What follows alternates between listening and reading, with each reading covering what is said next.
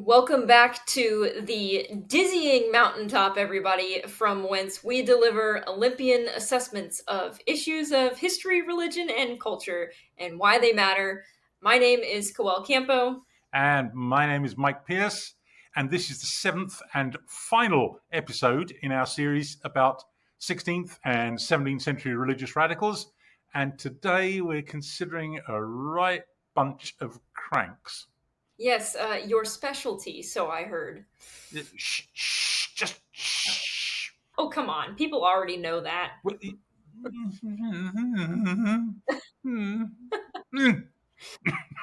Okay, I do see what you mean about cranks, though. I mean, the Fifth Monarchists wanted to seize power for King Jesus. Presumably, they didn't quite get anywhere with that, or the world might look rather different today. Indeed. Just another spin off of the turbulent mid 17th century in Britain, is what they are, but they're far more than just a historical curiosity. In slightly different form, their ideas are still with us today. That sounds a little bit ominous, but it doesn't require much digging to find out that that's true. Right, and we'll be discussing them at some point in the near future. Yes, looking forward to that. Right. Okay, so to start us off, we have to do our thing and look at this book once again. We've been pushing this book to death in this series, and if you look at the author, you'll see why. Anyway, today's topic is discussed there in more depth in chapter 15. Now, there are still copies out there on the interwebs. I just saw one for as little as $29.14, I think it was. So Yes, and I'm embarrassed to admit that I just realized before we filmed this that I don't actually have a copy, so I will be see acquiring what you're missing. soon. Right. Yes, yes. So if you're out there wondering whether you should get this book or not, you better get a move on before I take one of the last ones off the internet. Well, on a related topic, I just put up today chapter 12 of The Great Restoration, which is discussion of the sectaries generally during the English Civil War and Republic period in the 1640s and 50s on Substack, Piercing the Gloom. And the link to that article is in the notes on YouTube. I'm kind of proud of that chapter because the Civil War is horrendously complicated, and I think I do a pretty good job of simplifying without distorting in about 12 pages or so, which makes for a long Substack article, but hey. This is definitely very much in line with everything that we've been talking about in this series. Yes. Well, certainly the second half of the series, yes. Right.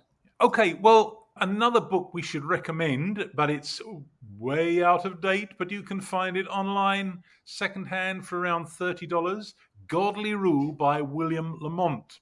There's only one thing that makes me laugh about this brilliant book, and that's something on the flyleaf or the cover.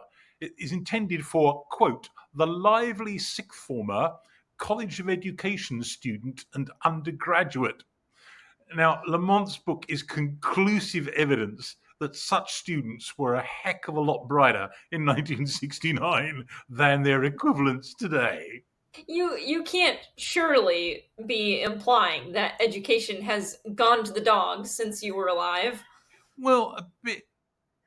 If they gave a Nobel Prize for pointless cruelty, Mrs. Campo. I would happily accept. Yes, I'm sure you would. Quite deservedly so. The serious point here is that this book, even though he says it's just, aimed at students at a fairly junior level, has been quoted not just by me and the Great Restoration and people like me, but people in far weightier tomes ever since. It really is a superb study. He says he's covering the period from 1603 to 60. He leans back a bit in the early part into Elizabeth's reign and considers the crucial role played by John Foxe, he of the Acts and Monuments, or more excitingly known as the Book of Martyrs. And one of the many important things to come out of that book, because it's so influential amongst English speakers both sides of the Atlantic for the next 200 or 300 years, is introducing a certain instability into amillennialism. Now, amillennialism is the kind of theology that is absolutely standard amongst state churches of all kinds, Protestant, Catholic, Orthodox, and it's embraced by all of them because it is so socially stable. It takes away the basic New Testament idea that we should be hastening the coming of the day of God and that the return of Christ might be imminent and there are things Christians should do about it, and reduces it to a largely theoretical doctrine over the imaginational horizon, as I like to say. And Fox's call for Elizabeth to be like the prophetess Deborah in the Old Testament and lead the people of God, and he didn't distinguish between that and the people of England, in a crusade against the Catholic Antichrist. Right? That introduces an element of instability into the mix and prepares the ground for some of the stuff we're going to be talking about today, and which Lamont expounds upon so brilliantly in his book.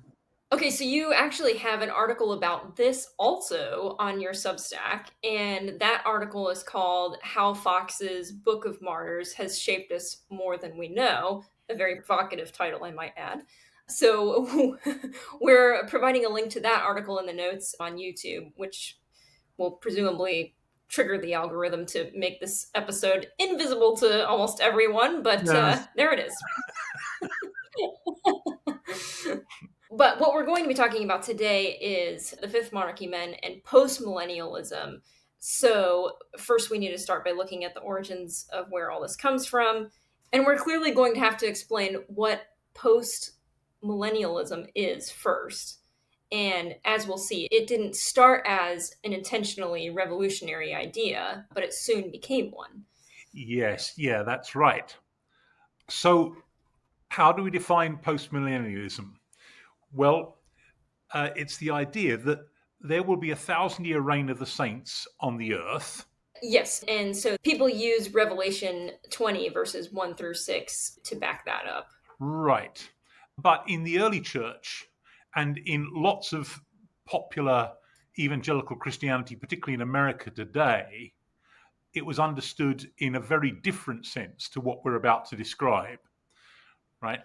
In the early church, this was understood to be something that happens after the return of Christ. Christ comes back first, before, pre-millennial, right? Comes back before. What we have in a lot of popular evangelicalism today is also premillennialism, although of a very different kind, and we can't get into all of that now. But in this scheme, Christ returns only after the 1,000-year reign of the saints. So it's a post-millennial second coming of Christ. So the saints bring in the reign of the saints by making the world entirely Christian. Yeah, wouldn't this be understood as a hyper optimistic doctrine? I mean, they're being optimistic about the prospects for the world anyway. Yes, it is. One might almost call it triumphalistic, and that's not unfair when we look at some post-millennialist groups, including today. There are not very many of them today. So it was novel in the 17th century, and it soon fell into the hands, particularly of some of the slightly crazed people we're going to be looking at today. Later on, it became respectable and saner, but I would argue still wrong, and kind of merged with Enlightenment era rationalism and the progress myth. but that's kind of died down now. So it emerges in the early 17th century. It was widely held during the English Civil War period, mostly by radicals. But it was the dominant view, as I just said, among 18th and early 19th century Protestants, especially evangelicals. That sounds like a story that we might need to consider in the future in another series. Yes, I think it is, actually, yes. Well, let's start with this man, and this is Thomas Brightman. He's the one that gets the whole idea started, really. He is the first postmillennialist. You can see he doesn't live to be that old, just 45. I think he drops dead while he's on a ride in a carriage somewhere, perhaps a heart attack, I don't know. He was a Puritan minister, but not a real extremist. But he was an obsessive about his own ideas concerning his exposition of prophecy and especially of Revelation. So he was an expositor of that book. That was like his specialty. Yeah, but he is also one of the first Christian Zionists. Now, his famous book was published posthumously 8 years after he died and called Shall They Return to Jerusalem Again? And he advocated the return of the Jews to the Holy Land. He says there is nothing more certain. The prophets do everywhere confirm it and beat upon it. Now, we actually considered this idea in our very first episode of all the Foggy Day on Olympus episodes, which was about American Christians in Israel. Yes. And for postmillennialists, as for people at the opposite eschatological extreme, dispensationalists today, Israel is a very important subject. So, yes. Right. And in particular, these verses are cited not simply by Brightman, but other postmillennialists, as we shall see in a moment. The Old Testament book of Daniel predicts 4 kingdoms that are going to be swept away by a fifth. I think you can see how we're coming to our topic of the Fifth Monarchy Men, because the Fifth Monarchy is the reign of God. So, chapter 2, verse 44, in the time of those kings, the God of heaven will set up a kingdom that will never be destroyed, nor will it be left to another people. It will crush all those kingdoms and bring them to an end, but it will itself endure forever. And then also, chapter 7, verse 27. Then the sovereignty, power, and greatness of all the kingdoms under heaven will be handed over to the holy people of the Most High. His kingdom will be an everlasting kingdom, and all rulers will worship and obey him. So, definitely sounding like God is going to do some pretty radical stuff. Right, right. Okay, by way of a little background here, the English Civil War breaks out in 1642. It kind of peters out in 1646, flares up into life again for a few months in 1648. And then on January 30th, 1649, King Charles I, we've got a portrait of him here on the left, was executed, essentially because his various enemies concluded that he would always be plotting against them, that no matter how often he was defeated, he would always be trying to start up a new conflict, hoping that the military verdict would be different and that they wouldn't be safe until he was dead. But that left the rather vexed question of how then the kingdom was going to be run. Well, power passed nominally to Parliament that had been fighting against the king, but in practice to a military dictatorship, that is, to the leaders of the army that Parliament had summoned into existence to fight the Civil War. And that army was increasingly headed by Oliver Cromwell, whose portrait we've got here on the right. Now, just to wade in against a popular but wrong idea, and we've done this any number of times with various things, the idea that Cromwell was somehow the leader of the parliamentarians. He was not, or at least not until we get well into 1648. arguably into 1649. While the conflict was going on, he was simply a very successful cavalry commander. But what put him in a powerful position in the late 1640s was that he was an MP and a soldier at the same time. And when Parliament came into conflict with its own army, he had a foot in both camps. And that really kind of propelled him to the fore. And he was a pretty big strategist too, right? He was a good politician, I Oh, guess. yes, he was. He, so many people ended up denouncing him after earlier having trusted him and saying that he was a schemer and he was deluding people and what have you, including the Fifth Monarchy Men, who we're going to be looking at today. He certainly played his cards very close to his chest. But I don't think the evidence is conclusive that he was a wicked manipulator, because he kept changing his mind. He was an incredible believer in the providence of God, and he kept looking at events to see which way he thought God was moving things. And that meant that he kept changing his mind in practice. So Right. I'm not totally discountenancing the wicked manipulator theory, but what I am saying is it's not a slam dunk on the evidence. He was an Well, unusual character, very private. you would know something about that now, wouldn't you? Oh, that's absolutely so unfair. Goodness. Actually, that one's probably a little mean. It's really not true at all. Whereas all the other accusations you make against me are. What? Ugh. All right, well, when Brightman has got the ball rolling, as it were, with his postmillennial idea, it is not at first extreme. It's simply a kind of optimistic sort of theology. But by the later stages of the English Civil War, it's starting to fall into the hands of extremists. And we're going to look now at a letter calling itself Some Queries by many Christian people of Norfolk and the city of Norwich. And they're expressing their postmillennial views. Okay, so this piece is written by some sectarians just 3 weeks after the execution of Charles I that you mentioned. And so the whole political structure for the future seems to be up for grabs at this point. Yes, it is. And almost anybody could sense that. What's going to happen now? Who is actually going to be in charge?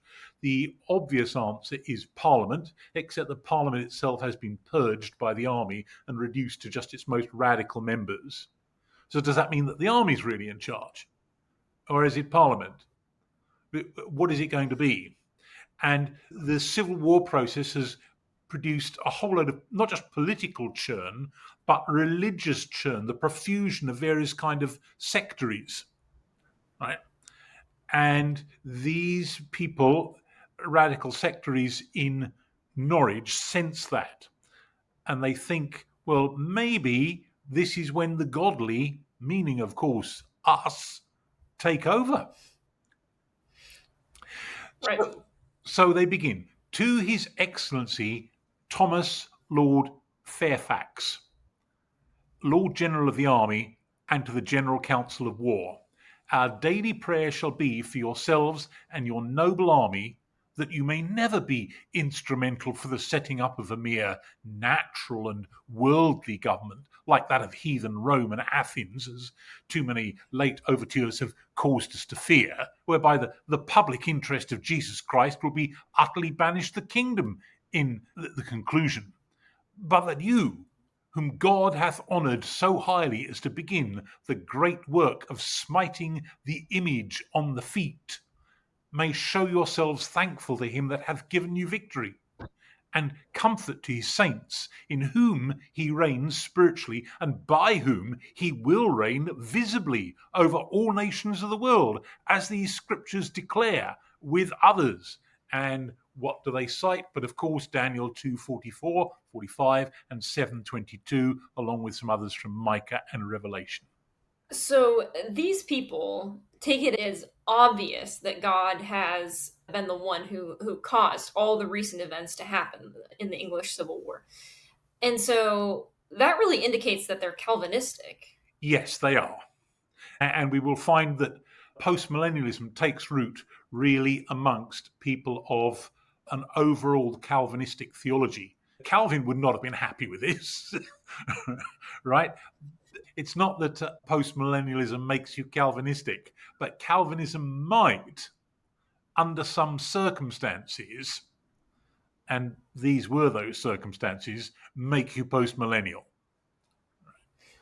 They're addressing themselves to the head of the army rather than to Parliament because they can see already that it's the army that's in charge. Lord Fairfax, as a lord, was nominally head of the army, even though his deputy, Oliver Cromwell, probably already had more say than Fairfax did. But Cromwell was not a lord, he was a mere gentleman. So they're following protocol at least a little bit.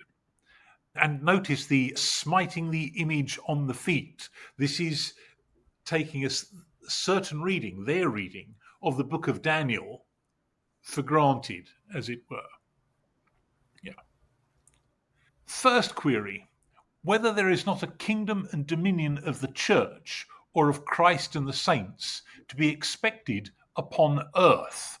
And there's Daniel 7:27 and 2:44 again, along with some verses from Isaiah and Revelation to spice things up. And this question, like the others, is in a sense rhetorical. The answer to it is implied in the way they phrase the question. So they're begging the answer yes. Second query, whether this kingdom be not external and visible in the world. Yes, extend not to all persons and things universally, and more scripture references are given. For this end, consider one, how this kingdom or monarchy comes in the place of the fourth in Daniel, visibly succeeding it. How the main scope of the prophecies is to show the outward visible administration of the government of the world under the first three monarchs, then under the fourth by the Roman emperors first, then by Antichrist and the 10 horns. And then how the church comes to have the outward and visible government of the world. See Daniel and Revelation. So they sound very certain as to the interpretation of Daniel's four kingdoms that in those verses that we looked at earlier, especially since Antichrist won't even have been a concept when Daniel was written. Right. They're absolutely certain that they have the key, as it were, to prophecy. Right? Christ hadn't come when Daniel was written, so Antichrist wasn't even a thing, as the kids say. Right? But they're certain that it is, and also they're certain that they know that the Pope is Antichrist. Right? Because that's long been an accepted part of Protestant rhetoric since Luther, actually. Right. So to them, all of these things are kind of obvious. Yes. Fourth query, whether the kingdom of the world and powers thereof, as kings, yea, parliaments also, must be put down before this kingdom, the kingdom of God, can be erected. And they cite some verses from 1 Corinthians, but also Daniel 2:35 and then 44 and 45 again. These really are the verses that they major on. And to finish this up here, the fifth query, whether this be not the time, or near upon it, of putting down that worldly government and erecting this new kingdom. So they're certain the events of their own time are really part of an apocalyptic scheme. Yes, I think I made some snarky remarks being my actual speciality, that this was a very parochial sort of second coming because it was entirely determined by events in England. But of course, American Christians have followed on from that lead in our own time, right? So, yeah, Christians are very good at deluding themselves that the events of their own time and place are somehow central to the apocalyptic drama. And these people were too. Yes. Yeah.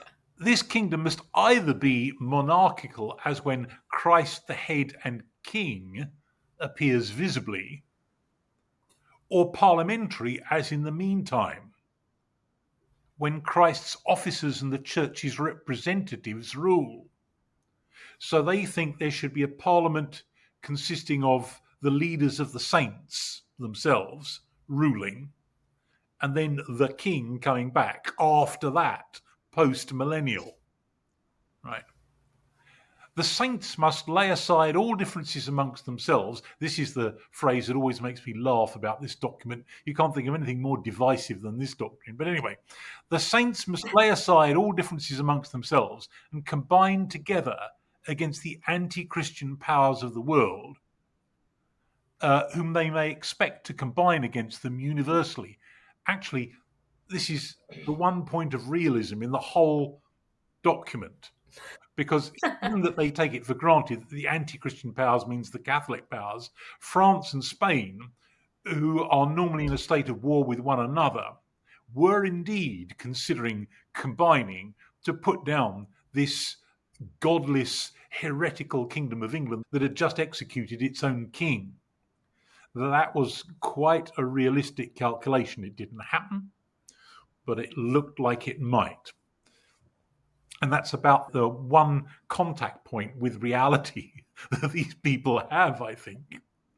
Consider what right or claim mere natural and worldly men have to rule and government. How can the kingdom be the saints when the ungodly are electors and elected to govern? Whether it not be a straightening of the church's power to limit it only to spiritual matters? What a sin it would be to set up the dim light of nature for our law, when God hath given the light of the scriptures a better law. So clearly they're appealing to the person that they think is in power and saying, we should be installed as the people in power. So Right. do these queries get anywhere? No, they don't. In fact, throughout this whole Fifth Monarchist movement doesn't actually get anywhere, but it does make a number of attempts at power or pleads for it. It can't get anywhere because they don't have a critical mass and their whole program is entirely unrealistic, and they stand to be vetoed at almost any point. But that doesn't stop them from trying, and it's kind of interesting to watch them as they do that. Right. Because, like we mentioned, in the beginning, this bears absolutely no resemblance to events, currently or in the years since this happened. Right. Right. Well, what has happened in modern times is that postmillennialism has relapsed once again after its heyday in the 18th and much of the 19th centuries into becoming the creed of cranks. And those cranks are becoming worrisomely influential in some quarters. But that's something we'll be dealing with in a few episodes from now. Yeah. Yes. So we're going to move forward now into the early 1650s and actually look at the Fifth Monarchy Men. How did England actually end up being run during these few years? Well, Parliament was theoretically in charge, but as I said a few minutes ago, it had been purged by the army and reduced to a rump, the rump Parliament, right, consisting of just the most radical members, though even those were more conservative than the radical sectarians who were very influential in the army itself. So what you've got is, through the whole Republican period of 11 years, various different constitutions and governmental setups, but all of them are fig leaves over the reality of military dictatorship. Now, in 1653, Cromwell's patience with the rump finally runs out. He dismisses them and tells them to get out and make you room for honest men. So now he's got to decide what he's going to put in place. So the Fifth Monarchist movement is really coming together during the early 1650s, and it's worth inquiring who supported them. Now, contrary to most modern books, the Fifth Monarchy Men were not a sect. They had no congregations. Actually, there is one in the late 1650s, briefly, under a chap called Thomas Venner, of whom more in a moment. But they are not an organisation like the Particular Baptists or the General Baptists or the Quakers or anything like that. Right? They didn't have any central leadership. Rather, they were a religious political movement, drawing support from the more radical Calvinist groups. So the analogy I like to make is in the present with something like, let's say, health and wealth teaching, prosperity teaching. There isn't a prosperity teaching denomination. It's a movement spread across a whole load of churches. And yes, certain kinds of denominations and churches are much more prone to this totally false teaching than others, right? Yeah. But so structurally, at least, you need to think of fifth monarchism as being something like that, something that is prevalent in certain kinds of churches, and they pick up on the more radical Calvinist groups. And why would that be? Why Calvinists in particular? Well, because these are people who still believe in a Christian state. It will be a very unstable one. It's predicated on apocalypticism, whereas the whole virtue of amillennialism had been that it went together with Christian states. It was very socially stable, right? But if you're going to be a postmillennialist, you believe that the saints are going to be running the whole world. So you do certainly believe in a Christian state. So you're not likely to be a general Baptist or a genuine Anabaptist. I mean, there were virtually none in England anyway, but even though that label was thrown around like crazy, you are going to be a kind of a radicalized Calvinist, because Calvinism had been, in Protestantism at least, one of the principal supports for the idea of a Christian society with a compulsory church. So it's supported by many independents, that is, people who wanted a national church but organized on congregational lines, with each parish more or less self-governing within a fairly loose national framework. Many separatists, they are people we considered 3 episodes ago, right? People who wanted a more drastic reordering of the national church, but they did want a national church. And a fair few particular Baptists whose ecclesiology, frankly, is totally confused. They had gone for believers' baptism because they believe the Bible says so.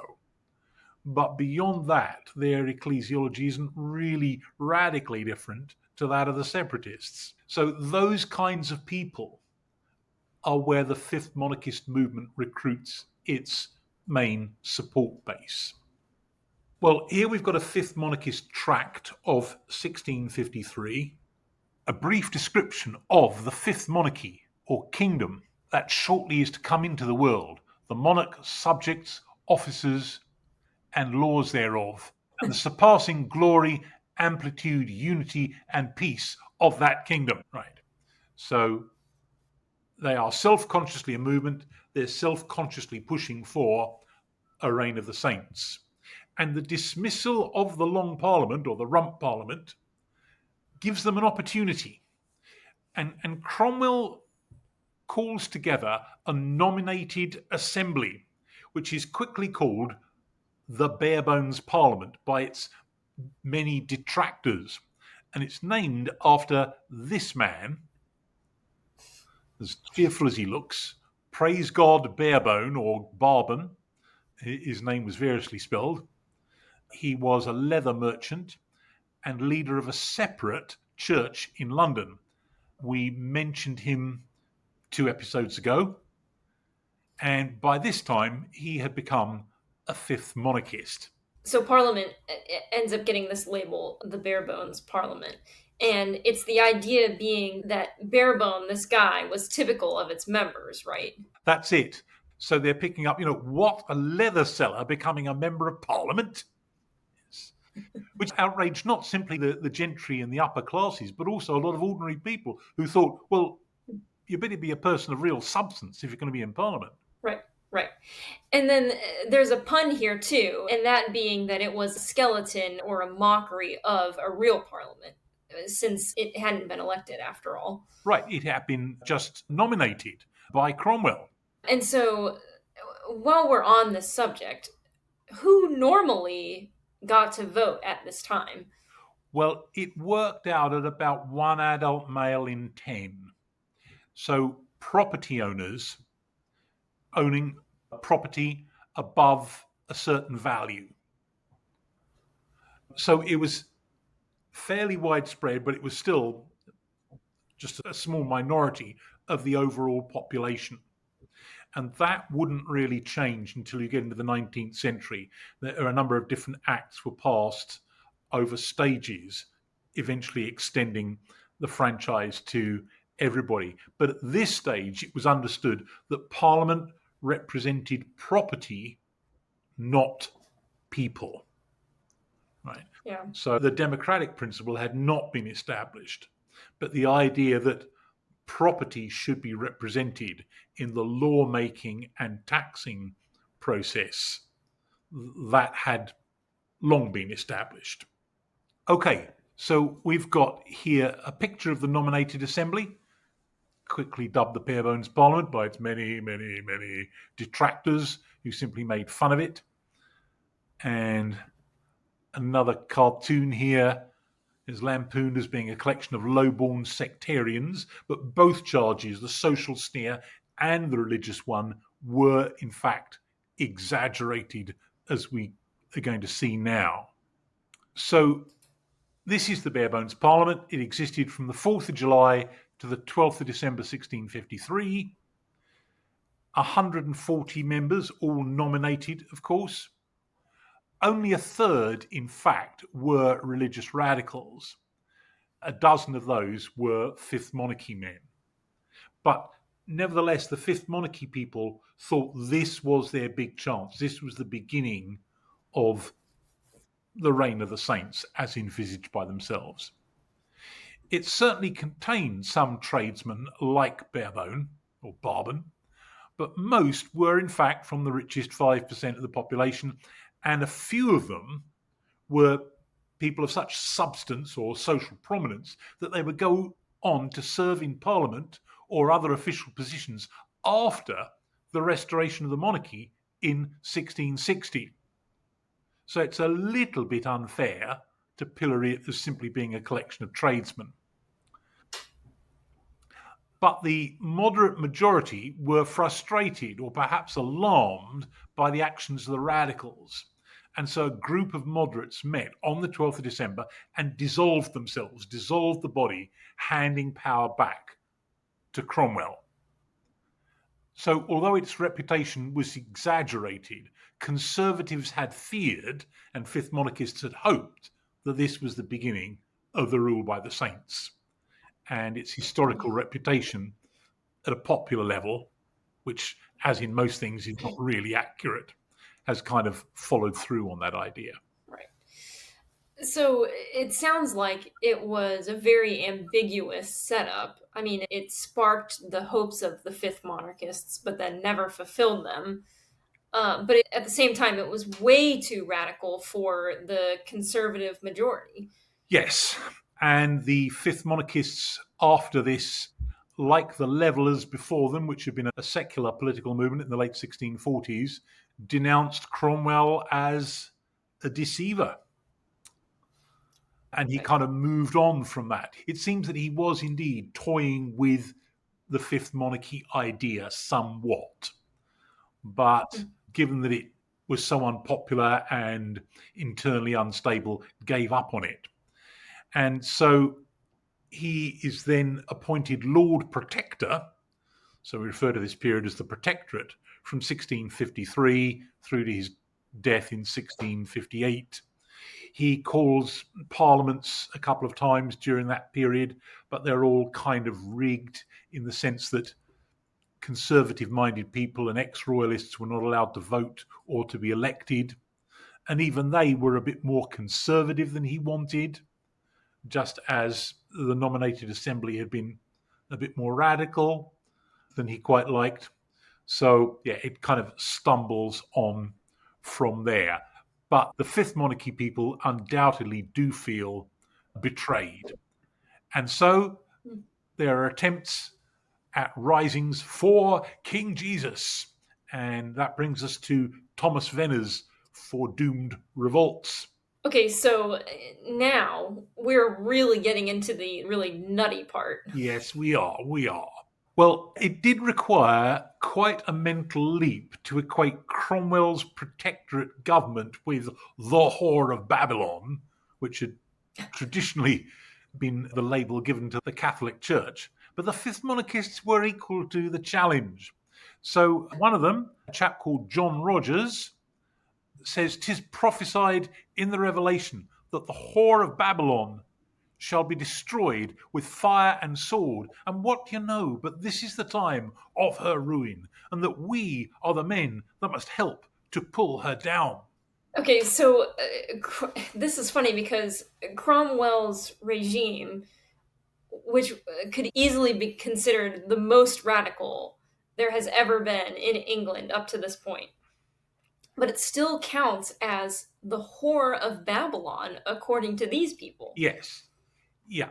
The standard rhetoric, as I've said, applied this label to the Catholic Church, but the Fifth Monarchy people simply lump that together with Cromwell's regime.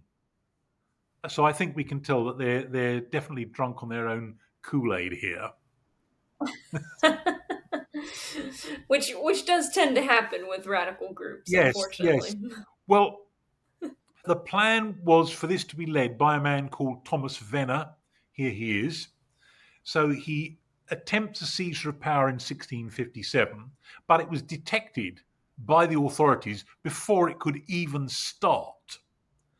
And so it was disarmed, and Venner was briefly imprisoned. It was a wonder that he wasn't simply executed, actually, but that was a detail that would not be overlooked when he tried the stunt again 4 years later, a bit less than 4 years later, in January 1661. So this is a few months after the restoration of the monarchy under Charles II. The Republic had fallen apart after Oliver Cromwell died in 1658. He was the only person who could count spoons fast enough to keep the show on the road. And all the various factions balanced off against one another. And so the wheels just came off the whole project after that. It took just over a year for the whole thing to finally fully implode. But Charles II, that utterly godless, unprincipled rogue, was called back from exile to become king.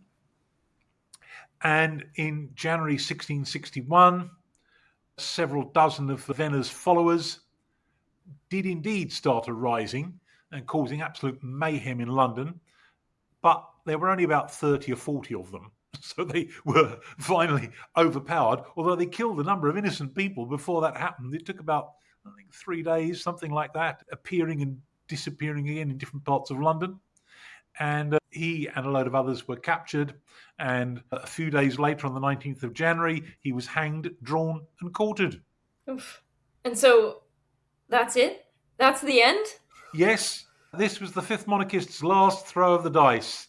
Their madness was used by conservatives as justification for new persecutions of all sectarians. Think, for example, of the imprisonment of John Bunyan, who wasn't infected with anything like this kind of insanity, as potentially dangerous. So it's a lot like the madness in Munster 130 years before that had been used as justification for persecuting all radicals as being violent and dangerous. Yes, it was like a copy of that, except that the madness in England resulted only in, relatively few deaths, whereas Münster had been a bloodbath of thousands. Yes, but there's a strong parallel there. Yeah, that's right. Right, right. And so the Fifth Monarchy Men just sort of die out after this? Yep. They don't have a history beyond that, but they do, as we've already mentioned in this episode, have echoes down to the present. And postmillennialism was by no means a spent force. It's just that it wouldn't be anything like as insane as it had been during the English Civil War and Republic period. And indeed, it became very respectable. And as we mentioned before, it's endorsed by people like Jonathan Edwards in America and the Wesleys in Britain, and coming onto the 19th century, Charles Grandison Finney. It was the dominant force in evangelicalism down to the later 19th century. And nobody there was threatening mad revolution. But that's another story that we can't tell today. Right. Yeah, you'll just have to keep watching if you enjoy more of this content. Yes. But first, we do have an announcement for everybody. After this episode, we are switching to a bi-weekly format. So actually that means an episode will be out every 2 weeks rather than weekly. And so mostly due to the fact that, we haven't gotten rich and famous off of this yet. And so maybe we'll pursue other avenues. You've got other money-making schemes, have you? I see. Always. Okay. Well, our next episode, so coming out 2 weeks today, is a one-off, and it's discussing how the internet is frying our brains and what we can do about it. Yeah, particularly if you feel like this podcast is frying your brain, you'll definitely want to tune in for that one. In the best way, of course. Yes. But that episode is actually an interview. We've done a couple of these so far. And so for that episode, we're joined by our friend, Dr. Jeff Roper, and it's a 3-way discussion. So you are definitely going to want to make sure that you join us for that. So that will be posted 2 weeks from now. And as we always like to say, we hope you enjoyed this episode. If you did, or even if you didn't, please share it with all your friends, repost to social media. You can like, share, and subscribe, and we would really appreciate it. It would help us out a lot. Yes. Yeah, please do that, everybody. Thank you for staying with us for this series, and we look forward to seeing you in 2 weeks from now. Bye-bye.